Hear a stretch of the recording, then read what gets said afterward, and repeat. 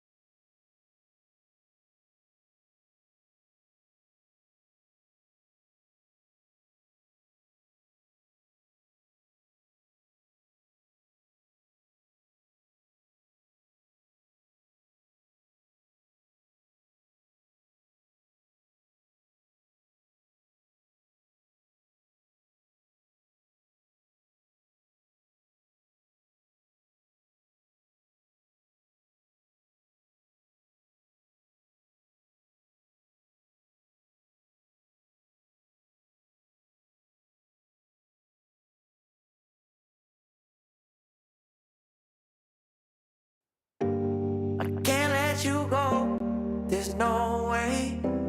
I'm already so still burning. So hold me close now, baby.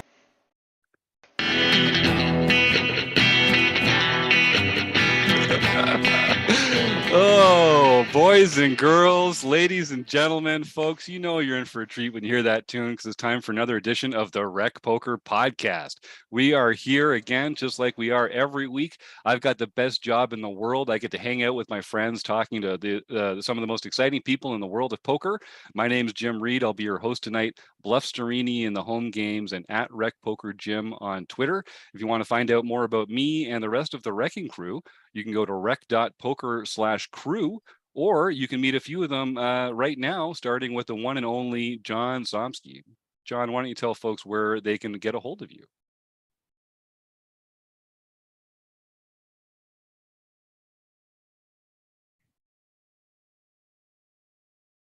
Keith, what about you? And I'm Keith Brandt, and that's Monkey System everywhere.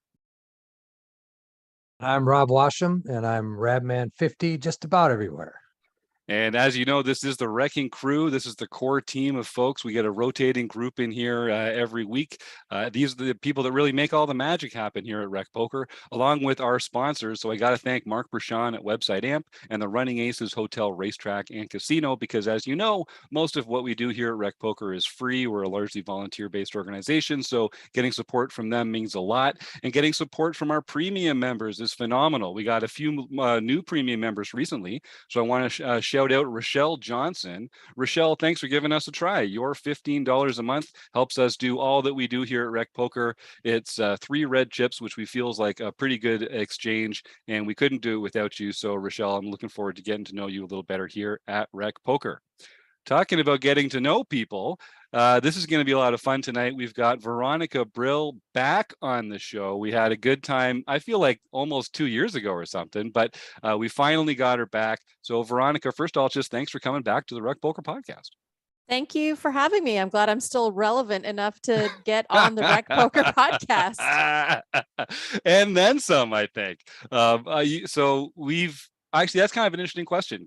So you've been an excellent poker player for a long time. I know you're originally from Canada. We talked about sort of some of your getting into poker story a little earlier on the previous show.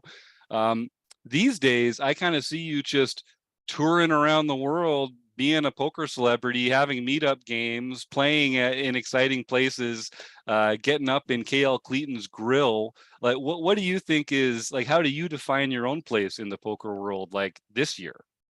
I have no idea. I sit back sometimes and I wonder, what the hell? Like, I have nobody here. Why do they want me to, go do a grand opening of a poker room, go do the grand opening of Live at the Bike, ironically now, go to Cleveland and, go promote a ladies event. It's so surreal to me.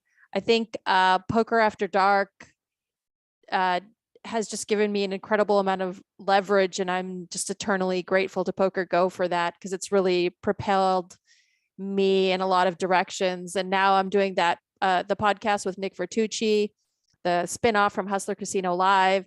That's been a tremendous amount of fun and like a lot more successful than I thought it would be. So I don't know what I am. I am poker's thirst trap.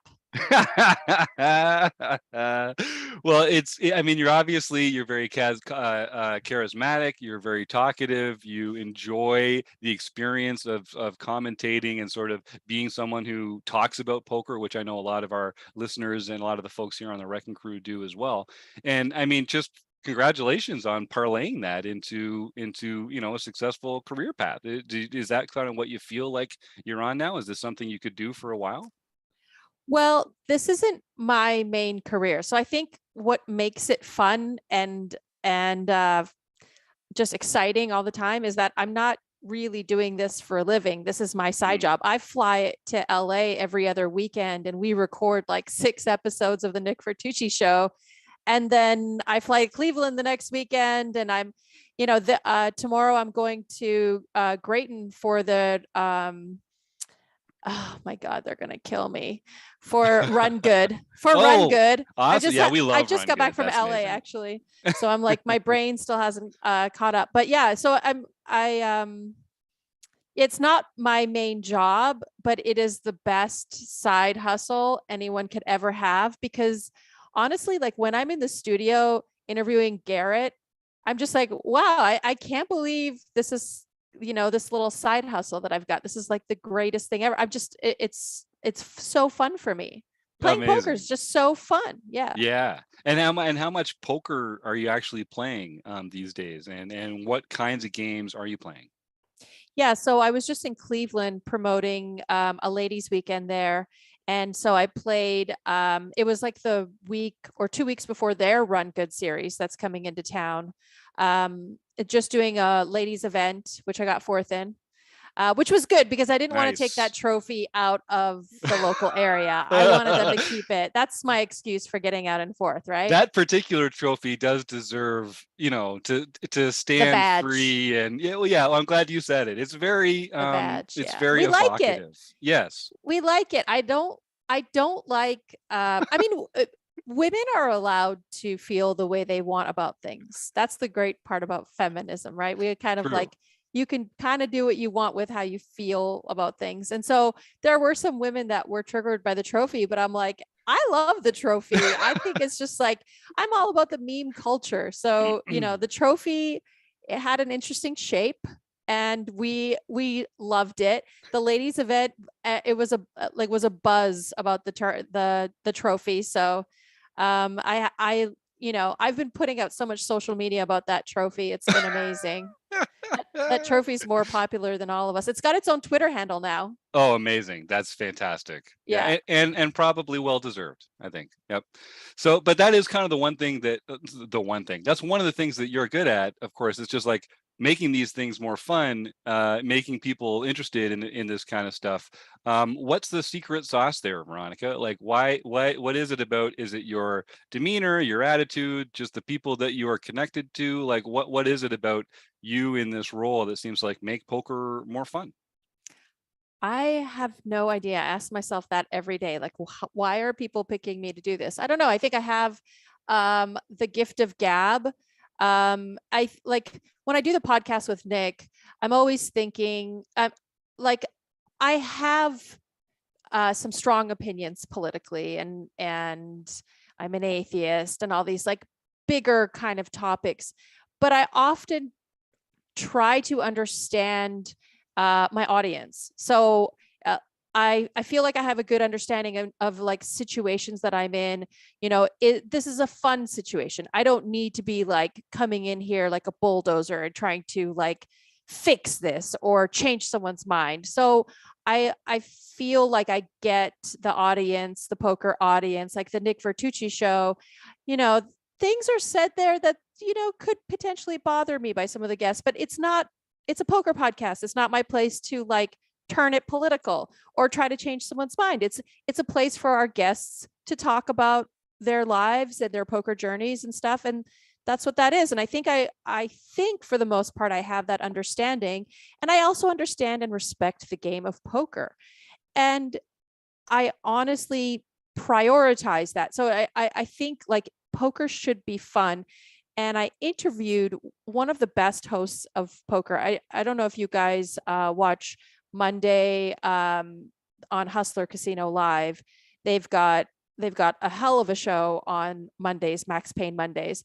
And the guy really prioritizes the game. And he said like a really good thing that has stuck with me. And he said that like poker doesn't do well as a sport. It can be a sport, but it gets really boring when it becomes like a sport, like overly analytical.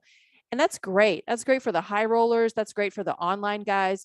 But like, if you want to bring new people into the game, if you want to bring more women into the game, like, and when I say women, I mean women who are new and are a little nervous about coming to the game.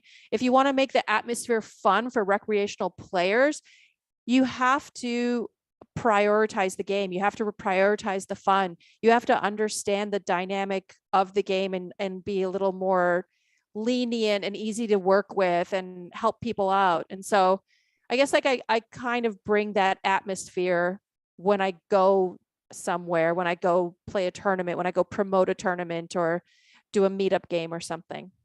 Yeah, well, I experienced that firsthand down in Vegas. We were down there for the series together, and you and KL Cleeton had that fun meetup game at the Aria, which was a good time among other good times to be had down there for sure. Did I pour champagne? It was at the table. Mouth? No, yeah. I missed out on that exact thing, but I was a spectator. That was a fun time. You guys know how to bring the party. There's no doubt.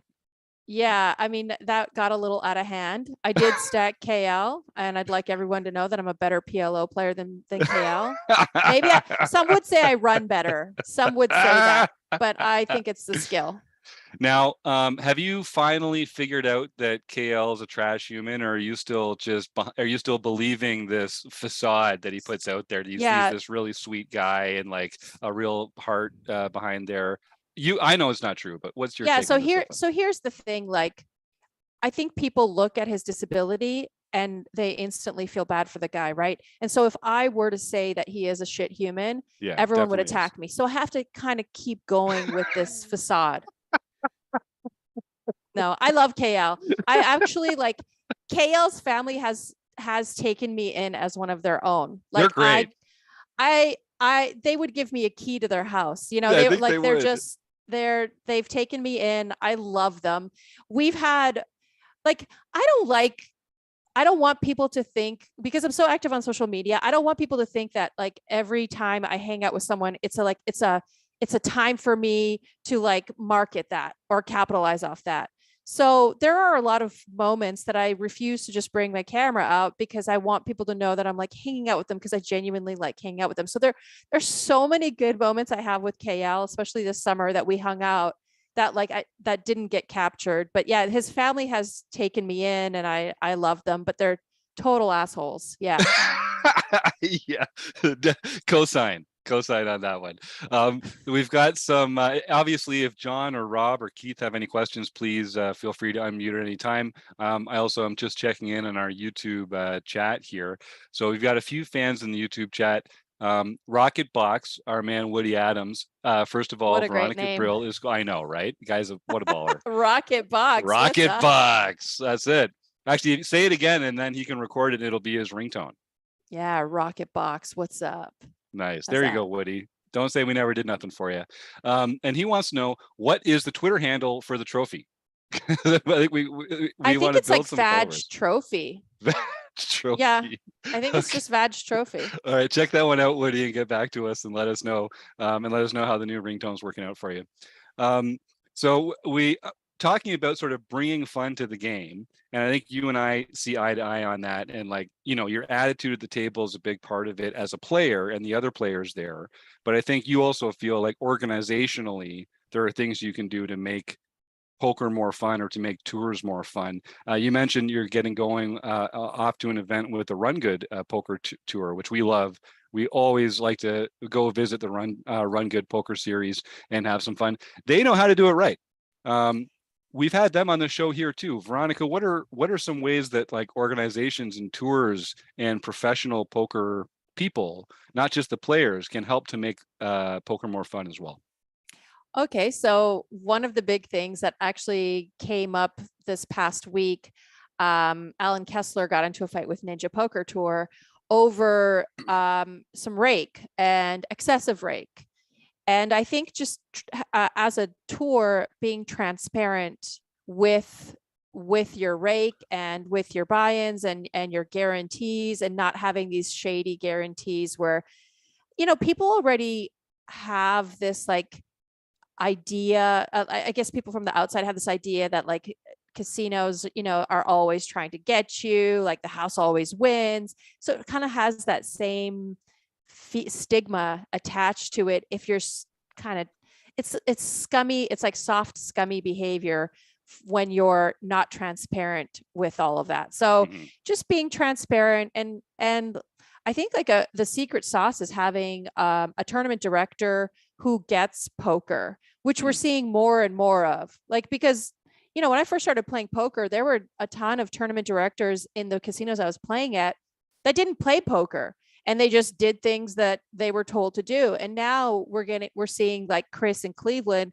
pushing for, you know, vloggers to be in there, pushing for better tournaments. And so speaking of vloggers, really having an environment where vloggers can be comfortable and vloggers can do their craft, because casinos, you know, casinos who don't let vloggers in are missing out on so much free advertising. So like, these are the people, these are your bread and butter. The vloggers, I will stand by this. your vloggers are the most important people in the poker community. And like I've been thinking about this for like the last year, and the more I'm getting to know vloggers and their impact and just seeing like how many views they get. I just interviewed Mariano, and then we've got Jamin and Andrew Nemi and Brad Owen. Like they're having such a big impact. If you're not letting vloggers in, you just want to bury your room. Like you're not getting any of that. You should have vlogger events.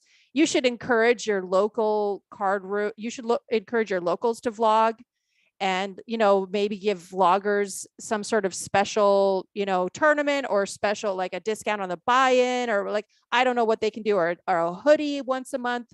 But you need to get people into your poker rooms and vlogging. They can show how fun it is. They can show, you know, how like their strategies and like whether something's working or not. You can talk to the locals. Like, I just think there's just so many avenues you could take to vlogging, and it doesn't necessarily have to be hand breakdowns all the time. It can be like a lifestyle vlog. Well, you know, anything we can do to grow the game, to get more people that don't know how fun it can be, to sort of let them know. And yes, that mix between kind of bringing the game to outsiders, but also like retaining the people that come and give it a try, and just making sure that they have a good time at the tables. So when you're playing, are you exclusively playing live tournaments these days? Do you also play cash? Do you play online a bit? As a poker player and someone who enjoys the game, where are you spending most of your time these days? That's tough, because when I'm at home, I'm just working so much. And then on weekends, I'm traveling to do poker events. And if I can, I'll do tournaments. And then if there's time at the end of the night, I'll play cash. Hopefully But there's not, which is a code. You know, if Yeah, there's time at the end yeah. of the night, that's not really a good thing usually for these tournament players. Yeah. Like, it's one of those situations where I feel so bad, because like I ran deep in the ladies event, and it was like a 10-hour day. And then people were like, hey, come play cash. And I'm like, oh, I really want to play cash, but I'm so exhausted. But yeah, so I like cash. Like I'm a big fan of PLO. I played a PLO 8 tournament this summer, and I wish that there were more PLO 8 cash games. But I'll play 08, just a limit 08. That's fine. But yeah, I like both. Although I think tournaments are just a spew mostly. Like there's just too much variance. Like if I didn't play tournaments, I would have more money than I do. Oh yeah. But it's so fun to go deep in a tournament. There's more like emotional EV in that, I think. And with my skill set, I think PLO is probably a better game, because like the equities align so much more even pre-flop. Get If them in there. 5-way, who cares what I have? Let's just run it. Let's run it twice, That sounds great. Keith, did you have something? Yeah, Veronica, at that casino in Cleveland, I've never been there. I'm probably going to be there eventually. We got to live in the Midwest, and I've been trying to hit all those casinos. What would you say, where would you recommend to do outside of poker, or in the vicinity of that casino, or in it? Or like, do you have a restaurant that you can recommend, or some kind of what outing? a question for someone who, when I go there, I literally wake up, walk to the casino, stay in the casino the whole day, and then I leave back to my room exhausted. That's an interesting question. I don't know anything about Cleveland. No. So there's like a couple of really good steakhouses, one attached to the mall that's attached to the casino, Morton's. And then there's another steakhouse that's like half a block away that every local will tell you about. I can't remember, the name escapes me now, but those are the only 2 steakhouses that are like within like 500 feet of the poker room. I would recommend those. And then like within that same vicinity, half a block away, there's like a whole block of like bars and restaurants. And some of them are open quite late. So it is a like a nice town. I get a comment here in the YouTube chat from Joe Coolis saying, go to Cleveland Heights. That's the whole thing. I don't know what's in Cleveland Heights, or what you go there for, or what might happen to you. I don't know if that's where but you like buy drugs or something. I don't know. Knowing Joe, that's probably what it is. No, I'm guessing. I don't know. that's I what it haven't is. been to Cleveland Heights. But if that's a poker tournament, then I'm in. I'll do it. Yeah. If I'm ever in Cleveland, I just want to know how close it is to Canton, because the Pro Football Hall of Fame is right around the corner, and that's one stop Well, on you've my got list. the Rock and Roll Hall of Fame there in Oh Cleveland. yeah, so, right. Yeah. Yeah, there you go. Joe responds in the YouTube chat and says East Side. Okay, that's still not very helpful, Joe.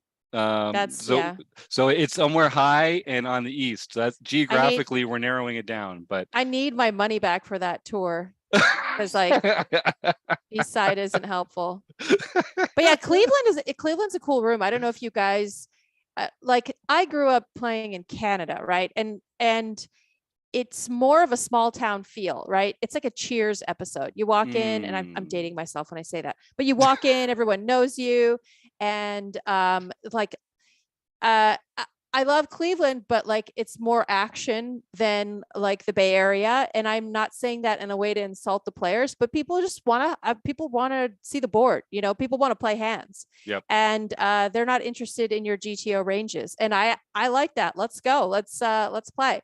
And you know, you want to 4-bet a hand, you're gonna go 5-way to a flop.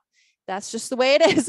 Yep. So it's a fun poker room. It's like it feels like a small town, like hometown kind of place, and it's warm and inviting, and like everyone's very talkative. It's just like, that's cool vibes. That's the kind of stuff I like for poker. Nice. Well, and you know, anyone knows if you've been rooting for the Browns for long enough, you just need some release, just some kind of escape. You know, you didn't drive all the way there just to fold and have more time to think about the Cleveland Browns. No, you need some action. Exactly. Yeah. Exactly. Joe chimes in one last time, say there are good small restaurants there to be had. So Keith, that's a tip for you when you're down in Cleveland checking it out. Go to Cleveland Heights, East Side, good small restaurants. Now you know, Also you a heard it. ton of hospitals. I guess there's just a ton of sick people there. I don't know what's Okay. going on, Cleveland. Figure that out. Figure that out. So Veronica, you're interviewing, you're commentating. I don't know how much behind the scenes goes into that kind of stuff, but give us one little behind the scenes story, something that didn't happen on front of the camera, that you were like, huh, that's interesting, or that you didn't expect, or that you learned something like that. Or obvious, it would be nice, something scandalous would be even better, to be honest. Oh yeah, that would the scandalous stuff that I'm not allowed to talk about on the podcast. I'll just do it here. Do it here. Breaking news. I mean, no one listens to this anyway. You'd basically just be the six of us. Yeah, well, I'm pregnant with Garrett's baby. How's Oh that? my God. We got her, folks. We got her. We got her. All right. Yeah, so like it's not like scandalous stuff, but I definitely hear a lot more of what happens behind the scenes at Hustler than like we're allowed to say. Sure. And you know, of course, people, I mean, like these are high profile players like Garrett, Andy, like these guys are like playing, you know, with $500,000 on the table every time they're there, or 200,000 or something. But you know, there's always that debrief of like, hey, I don't want to talk about this. I can't talk about this. This is happening here. And so that like, that's kind of always an interesting thing. And like, again, like you have to keep the perspective. It's like, it's a poker podcast. We're not there to like Barbara Walters people and like get in their face. So like, it's just there. We're just trying to have some fun and gossip. Oh, Nick loves to gossip. Nick is Gossip Girl. So like we both love Gossip Girl. We both have watched it and like we send each other XOXO Gossip Girl, you know, and he's very girly that way. I was going to tell you, oh, you want to know an interesting thing? So Mike Postle has been, you know, creating fake accounts and trolling me and like not directly threatening me, but been like very difficult, you know, sued me. Mm-hmm. And it's so funny because Joey Ingram, Doug Polk, all these guys would have taken Mike Postle to interview him, right? Right. No doubt. Somehow, because I am a co-host of the Hustler Casino Live spinoff, he contacts them and he wants to come on the show. And I told them, I don't think I can continue if you bring Mike Postle on. And they asked why. And I said, you know, They asked why. well, That's- no, I mean, I said like, hey, I'm not comfortable. Like, we're going to give this guy a platform to continue his lies. So he, like, if there was an opportunity for him to tell the truth, I think it would be a great idea. And I would step out of the way because I think Nick does a really good job interviewing. I don't know if you guys watched the Phil Hellmuth interview, but I thought he did a really good job. But I don't think that this would have been an opportunity for him to tell the truth. I think it would just be an opportunity for him to give himself a platform and like continue his lies and potentially maybe sway some people. And that would be unfortunate. So I think if he wants to do an interview, he should contact Doug Polk, Joey Ingram. Those guys would do a good job. I'm not interested in seeing him. Yeah, well said. And I think, and that's pretty well documented as well. If people want to look further into that, you can kind of just Google Mike Postle and Veronica Brill, and you'll get a pretty wide assortment of. I mean, if you don't know by now, then you know. Right. Yeah, exactly. Oh, Wired Magazine contacted me today. They're doing another story, kind of like affiliated with that whole thing. It was quite interesting. Really? Because do you guys want to hear the Yeah, tea? spill it. Bring tea? it. Spill the tea. So my lawyer, I didn't check to see who my lawyer had as clients. I really don't care. I just wanted the best lawyer for the job. My lawyer is the best anti-SLAPP lawyer that Nevada has. And I think he was one of the people who helped write the law or like push the current law into place. So he knows anti-SLAPP, front to back. And he was recommended to me by multiple people, actually. And I didn't know that he was representing Alex Jones, and it's not his place to tell me. So there's a woman who hates Alex Jones. This is funny. This is what Wired Magazine told me today. And she found out that Alex Jones was representing me. And then she decided to help Mike Postle because Mike Postle was getting help from this organization that was helping the Sandy Hook survivors. Oh, wow. It was so weird. That is weird. It was so weird. And they were like, I don't remember if they were present during one of the legal, the Zoom courthouse things that we did, but like it was mentioned that they were helping him, that this organization was helping him financially, all in the hopes of getting at my lawyer. And it's so sick. It's such a like sick game of vindictive chess. And all it did was help this evil, horrible person who's been scumming all of us, the whole poker community, and someone dying of cancer. And it was just like sick. So I can't believe that someone would be that vindictive, but that's apparently the story. And they called me today to ask me about it. Wow.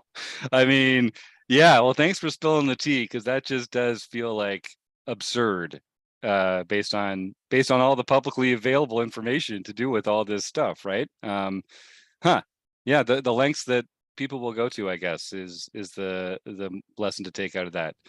So in a world where we need to kind of escape and find our own fun and find the joy that we can in the world, we got another question here from YouTube chat. This is from Ben Enslow. It says, what is the best place in Canada to play live poker when you need to just get away and scratch that itch? I haven't. So Canada, first of all, is a big country. It's bigger than America. It's like size-wise, right? I haven't been to all the casinos in Canada. So I am guessing that there is a fair amount of really good action to be had across all of Canada. I did go to almost all of the casinos in Alberta.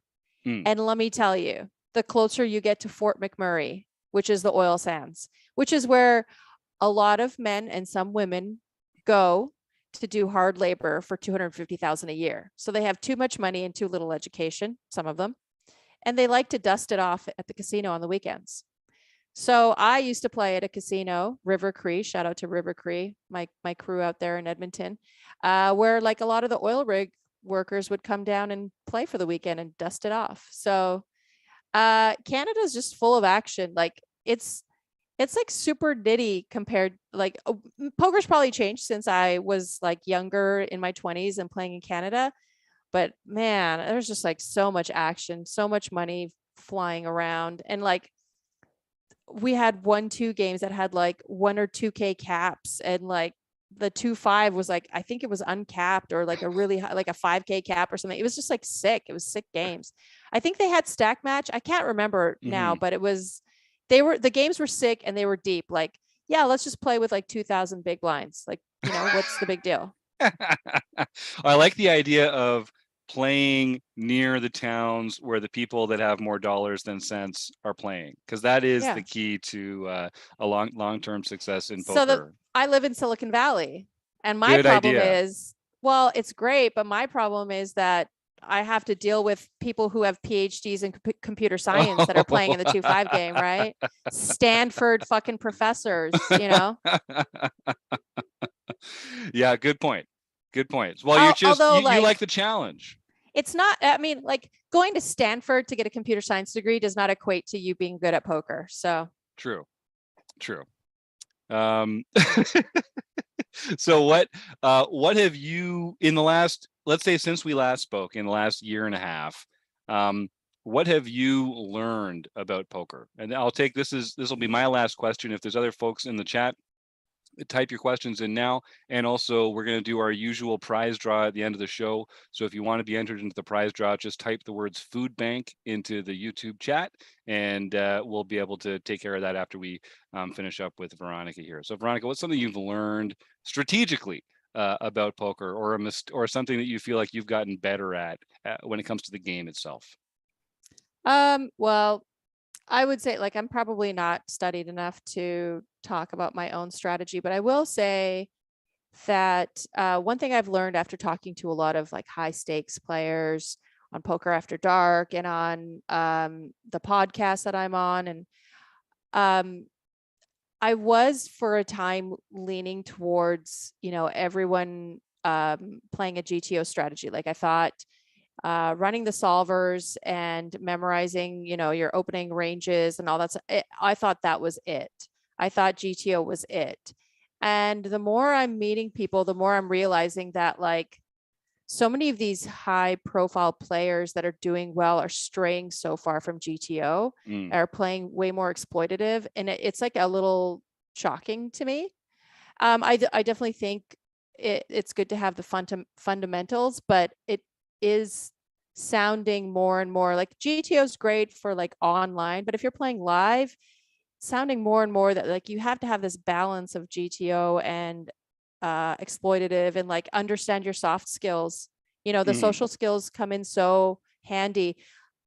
Another thing with the social skills is you could be the best player out there and crushing everything, but losing so much EV because you're excluded from so many good games because you just don't talk to people and you're not social and you're wearing headphones and sunglasses and you're kind of rude and you're, you know, like all these things that don't make for a fun atmosphere or a fun game. And a lot of the times the recs that are supplying the game with money want to go there and have fun. And if you're not providing that atmosphere, and I hate to say it, it's kind of like customer service. If you're not doing that, you're missing out on EV. Like you could be crushing the games that you're in, but you're probably losing a lot of value by like not having a bomb pot, or like, you know, not like having a drink with the whale or whatever it may be. So I think it's like super important in life. Poker's like like a microcosm of life, in that if you're not networked well, if you're not socializing with the right groups, you're missing out on a ton of opportunity. I love that. All right, last question. Getting real here. What's one thing that you are afraid of? It doesn't have to be your greatest fear, but no BS. Give me one thing that actually scares you. Something that actually scares me. You Could want be, like could a be deep answer? spiders. Yeah. No, give it to me.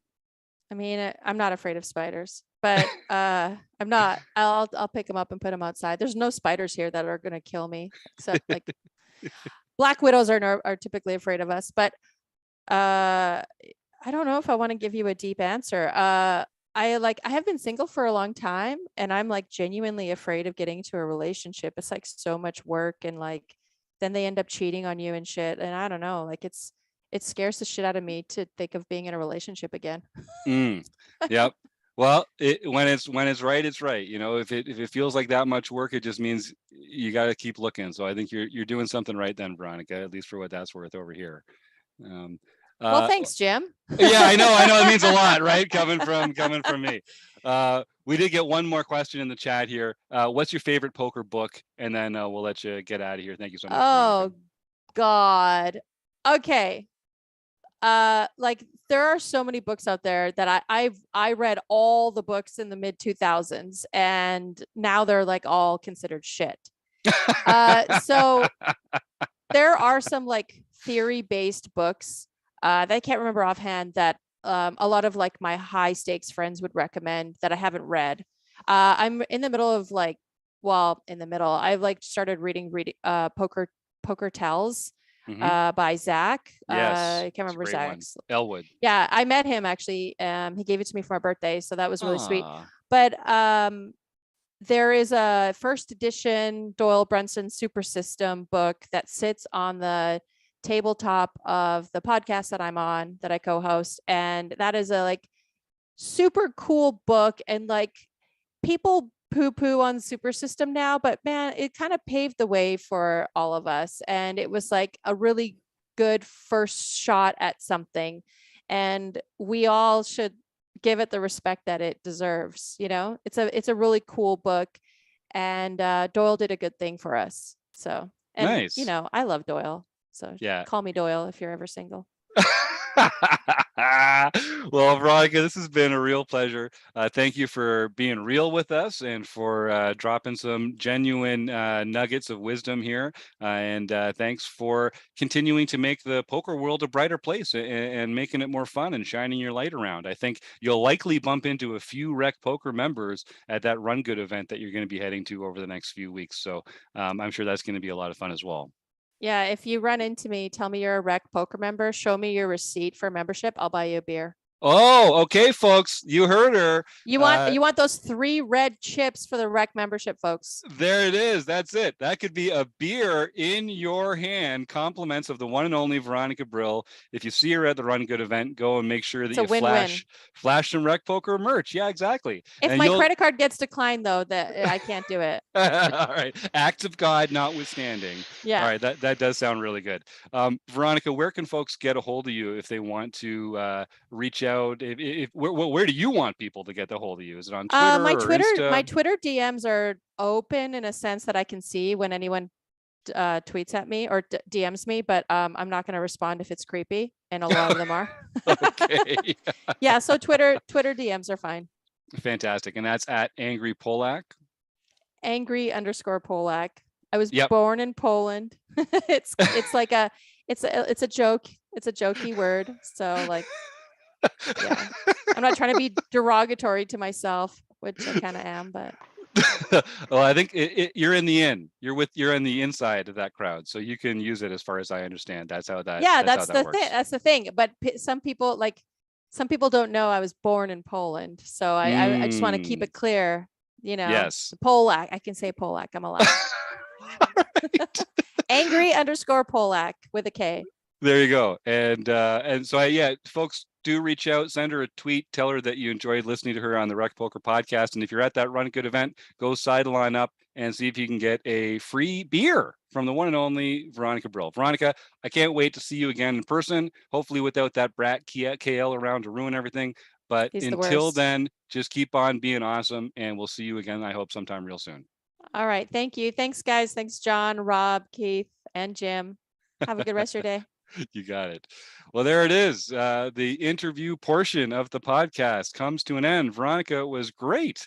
I'm trying to sneak in one like serious question near the end of each of these episodes as we go to kind of get into some real facts about the guest as we go here. So I don't know if Maybe, I don't know if you that's know, a always gonna question about how could I terrorize you in the future is not the right one. Just saying. my goal is to intentionally just to break flow. I want them to sort of have to stop being comfortable in the interview and have to reset mentally and think about something. So it's going to be a little jarring. And don't tell any of our future guests. You know, we just can't keep soft pedaling these folks every time they come in here. They're never going to take us seriously. We got some fun comments in the chat here. Oh yeah, Phil, you're right. Philip Razor, one of our hate join members, and a fun follow on Twitter. I did forget to remind you specifically, personally, before we recorded, that it was happening on Monday night, like it is on every Monday night at 7:30 Eastern here on YouTube. Every week, Phil, you can just write it in your calendar to come to YouTube for free and partake in this wonderful experience live and ask your own questions of folks like Vanessa. For folks like Vanessa, folks like Veronica Brill. But yep, Phil, you're right. I forgot to remind you, and so it's my fault that you missed this one. So yeah, I guess I'm gonna have to make it up to you next time we get a chance to play live together, like we did at the Running Aces Hotel Racetrack and Casino back in June. That was fun. Josh Campbell, thank you for your rebuttal in the chat there, and for having my back like always. Josh is a great premium member here, and a very active presence in our online play and hangs and other strategy conversations and stuff we get up to over here. Yeah. See, I told you guys about this Phil character. You can see him in the YouTube chat. He's relentless and has a heart of coal, but I'm sure he has some redeeming qualities that someone may even eventually discover. Fingers crossed for you, Phil. So John, why don't you take us into home game land and we can see what's going up in the Rec Poker 10 games a week home game series. Well, this week we have 2 weeks to announce because we didn't record last week. Good point. So, on August 29th, Megra44 got his third nightly victory for the year. Oh boy. Corn Dog Chats, Adam Kuhn got his first nightly victory for the year. E. Anderson 85, Eric Anderson, got his third nightly victory for the year. Way to go, Eric. Rabman 50, Rob Washam, got his first nightly victory for the year. Then Fergie 56 on the first and the second got her fifth and sixth nightly victories for the year. Back to back. So here's something everyone should know. These are similar to yours, asterisk tournaments. Oh. In that I was actually out of town. So some of the August tournaments dieseled on a little bit. And we had a couple extra August tournaments that in the first couple of days, along with the September tournament. So we got 2 extra tournaments that week. And Kim won one of those. All right. I think Rob maybe won the other. I don't remember which one. I'm glad. I think officially the story then is that Kim won one and Rob won the other, because I want some other wrecking crews to have to share the burden of the asterisk around here. It can't be just me all the time. I won September 1st. I know that. I remember it because I wasn't eligible to play in the August Tournament of Champions. Well, I know it's September 1st. I will be able to play in the October one. There were 2 tournaments that ran on September 1st. One of them was the August monthly tournament that was just extra, and one of them was the September monthly tournament. So, and I don't remember which one you won. I could look it up, but I'll just assume you got the asterisk. I think that makes sense. Then for the second September 2nd tournament, Marky the Shark, Mark Weaver, got his second nightly victory. Right on. Stewie 13 dodged a bullet, and there were no extra tournaments that day, so he got his 7th nightly victory without an asterisk. Duck and Run 99, Michael Savage won the daily mixed event that week. Oh, nice. Way to go, Michael. East Coast Bitter, who is currently private, won his second nightly victory or international victory for the year. Yeah, Ben E, or no, we'll call him B Enslow. That's better. He's been a real champion of those Saturday afternoon games. So I'm not surprised that Ben Enslow. Oh God, I did it again. It's Ben Enslow. Oh no, God, I have to stop saying that. East Coast Bitter is a perennial champion on those Saturday games. Way to go, Ben. And for those of you who don't know, I did on the online home games page, I added an FAQ section, and if you go there, it'll tell you exactly what you need to do to make sure that your name is used if you want it used. If you want to keep it private, that's no problem. The reason this is a joke is because we used to have a name, people told Steve their names directly, and we were going off of that sheet. Well, since then I've removed that sheet, so they have to update their actual names. So a bunch of people, we all know who they are, like Fergie56 is also private. Just are private. Okay, yeah. Monkey System, Keith Brandt won his second international victory for the year. Yes, sir. Nicely done. And yeah. GF Hawk Eric Romo won the LPP event, so he can contact, and that's his third this year. He can contact Jim at rec.poker for his free month at Learn Pro Poker. Way to go, Eric. You're going to love that, man. Now, on to week number 2. Oh, boy. We have the No Limit Hold'em Championship Series, which took place on September 7th. Elvis76, who is private, won his very first No Limit Hold'em Series event. Okay, way to go, Elvis. I think I know who that is, but I'm not going to dox them. Yeah, he was formerly public as well. Evil Roy CA, David Westerveld, got his 8th nightly victory for the year. Of the year. He's like averaging a monthly win here. That's good. That's impressive. Yeah, it's his 15th nightly victory lifetime, his 35th victory, rec poker victory overall. Amazing. Magra44, who's also private, got his 4th nightly victory of the year. Not Double D. No, the one and only Double D, exactly. Then Fergie56 got her 7th nightly victory for the year. No surprise. Tom. How do you know it's a her?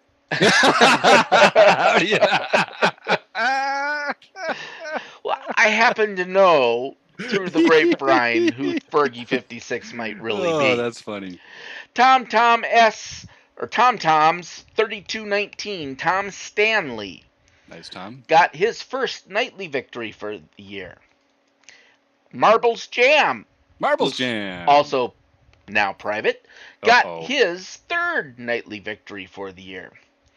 Evil Roy CA, David Westerveld, got his 2nd mixed event victory for the year. And I believe that was 2 weeks in a row that he won the mixed event.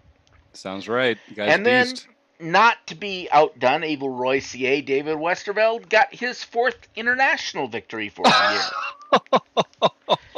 Then Fortune New York, who's now private, got his first international victory for the year. Paging Jamel Cuevas. Read the fact. Swedish 5077, Lars, won the LPP event, so he can contact Jim at rec.poker for his free month at Learn Pro Poker.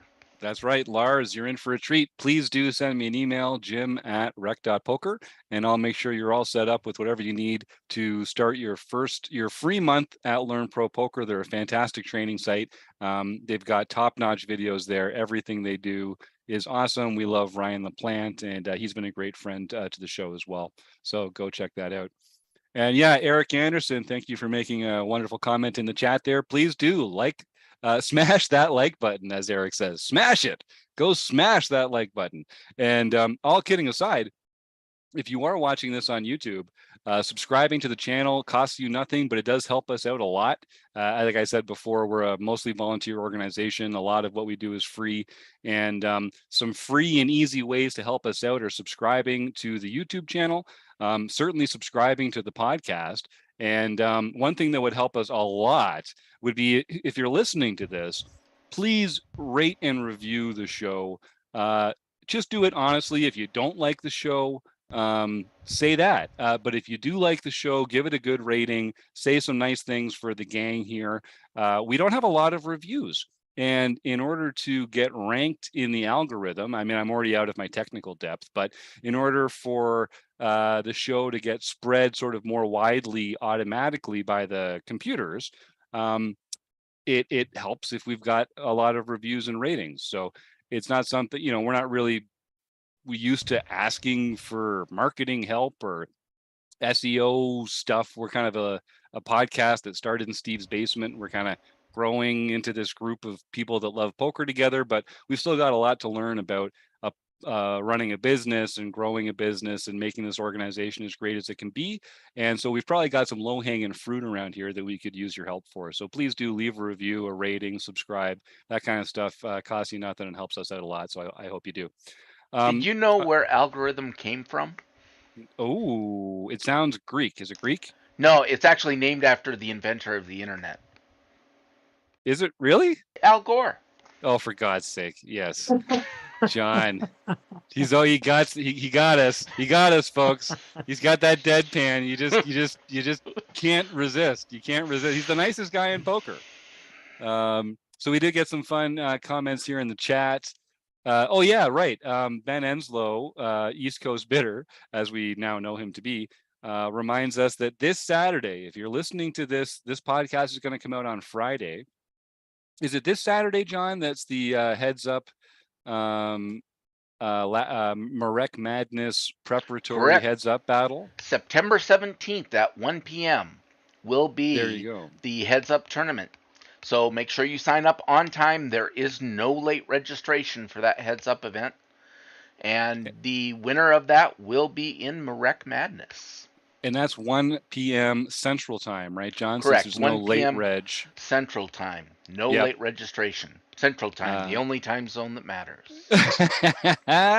So yes, folks, this is a really fun way to test your heads up skills. And we encourage folks not to test your heads up skills for the first time when you are actually heads up in a tournament of some import to you. You should get some practice, and it's hard to practice heads up. It's hard to study for it. It's hard to get reps, meaningful reps. So every quarter we do a heads up tournament. This one's going to be this Saturday, the 17th. If you're watching live, you've got several days to get ready for it. If you're listening to this the day it comes out, we're talking about tomorrow. So don't be late. There is no late registration. Join our home game club and come try in the fun. I see Phil just I don't know what to think about this now. We got a comment in the YouTube chat from my friend Philip Razor saying he just left a review on Apple Podcasts. Now I'm kind of frightened. Now I'm a little scared because Phil, I wasn't thinking that Phil was on the line when I put that pledge out there. But yeah, of course, I'm not sure what, I guess we're just going to see what that does for us. Thanks, Phil. I hope it was a good one, buddy. Martha, fun show, guys. Love to see the women so involved. Couldn't agree more. Thank you, Martha. Ben, Dave's crushing. Yeah, Evil Roy Slade is kicking butt like he always does. Josh Campbell wants to remind everyone that for those living in a real location, that heads up ladder tournament will be at 2 p.m. Eastern time. And make public tab. Oh, okay, great. Yeah, Ben, if you go to the Discord channel or if you go to the rec.poker/home game, I think John has just added a FAQ on how to change your name to make it public so that we can shout you out with your consent. Okay, so I see we've got, so again, we'll do the, we're about to do the food bank raffle or the draw here. So I saw a few people typing it in. The RRRCCC was the first person, and I think we've got, actually we only got 3 people entering this week, so that's all right. So what we're going to do, I'm going to roll a 6-sided die, and 1 and 2, 3 and 4, and 5 and 6 will correspond to these 3 guests. If you're not a premium member, you're going to win a free month at rec.poker, which I'm sure you'll enjoy. Actual retail value $15. If you're already a premium member, we're going to take that same $15 and let you apply it towards some coaching products in the shop, video review, database review, one-on-one coaching, group coaching. There's lots of different members of the Wrecking Crew who offer different kinds of coaching. Tim Fritz does solves for people with his solvers so that you don't have to. There's lots of different ways to get better with our Wrecking Crew. So without further ado, okay, we got 4 now. There we go. So Phil is in there as well. So we got 4 people. So I'm going to roll this 8-sided die right here, and we'll do 1, 2, 3, 4, 5, 6, and 7, 8 will be the way that it goes. Starting with, what did we say? The RRRCCC. And thank you for joining us. It's an 8. Oh my God, we got to give it to Phil. Ugh.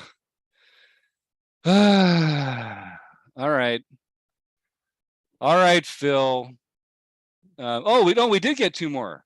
Oh wait, are we gonna get to re-roll? Maybe we get to screw Phil on a technicality here, because yeah, there were a couple more that got in right on the end. Should we do a re-roll? What do you think, gang? I mean, I'd hate for something good to happen to Phil. Let me see. We got the RRRCCC, Josh Campbell, Joseph Koulis, Eric Anderson, Evil Roy, and Phil. Okay, we're gonna do a reroll. Tell you what, Phil, you're such a good sport, you jerk. I'm gonna give you the $15 coaching credit anyway. So you just email me and let me know. Check out the Wrecking Crew page, and we'll put something together for you. But we're gonna reroll anyway because I want these other members, Joseph and Eric and Dave, to get in there. So yeah, I have to look up earlier. You know, Joe, how could I do this on my own? It's impossible. It takes a village. This is why we need this entire crew to do this with me, because this whole place would crash and burn if it was the Jim Reid show. Trust me, nobody wants that. All right, the real roll. Here it comes, you bamboozlers. Oh, it's a 1. Of course it's a 1, because we often roll 1s around here. So the RRRCCC, you have won either a free month of premium membership at rec.poker, or if you're already a premium member, or if you prefer, you can turn that $15 into a credit towards any of the coaching and studying packages that we have available here at rec.poker. So send me an email, my new friend. I'm jim@rec.poker, and we will set it up. And Phil, yeah, I'm also going to honor that role for you as well. So Phil, you big jerk, please do send me an email, jim@rec.poker, and I'll make sure that you also get that. Yeah, rigged. We got some rigged comments here in the chat. Can't spell GG. Can't spell rigged without GG. I like it, Ben. You're right. Well, this was a really fun one, folks. Keith and Rob, is there anything that you'd like to leave our listeners with? Is there anything exciting coming up? Or let me see, Keith, your next study group will be the first Thursday in October. So folks have a chance to book some time ahead for that. Rob, I know you're still cruising through the book study, and it's going to be time to pick a new book pretty soon. I think that's pretty exciting. I haven't been able to figure out how to put a poll on the website. Google Forms doesn't work on the website because you have to link a file. You can't really link a Google form. So I'm not sure how we're going to do that, but it definitely will be on Twitter. So anybody look for @RecPoker on Twitter. And I'll be putting it out there. Probably in the next week or so, I'll start the process. Nice. We've got a couple more sessions probably of the book, and then hopefully we'll get an opportunity to interview either Dara or Barry, and then we'll be jumping into the next book, whatever it is. So That's put your exciting. suggestions of books that you'd like to study. Go ahead and go into the book study group on Rec Poker and put in your book study recommendations, and we'll get something going. Yeah, come visit the forums here. They're free for everybody to join and to post your own questions and answers and discussions. So come and leave a suggestion for what you'd like Rob to look through for the book study next, because it's up to you, folks. You get to choose, and then we all do it together, because that's what it's all about here at Rec Poker. So I guess without further ado, I want to thank Mark Prashant and the Running Aces Hotel, Racetrack and Casino, Keith and Rob and John for joining me in the booth, Veronica Brill, what a pro, and all you fun folks in the YouTube chat, and you, the listeners. See you again real soon, I hope.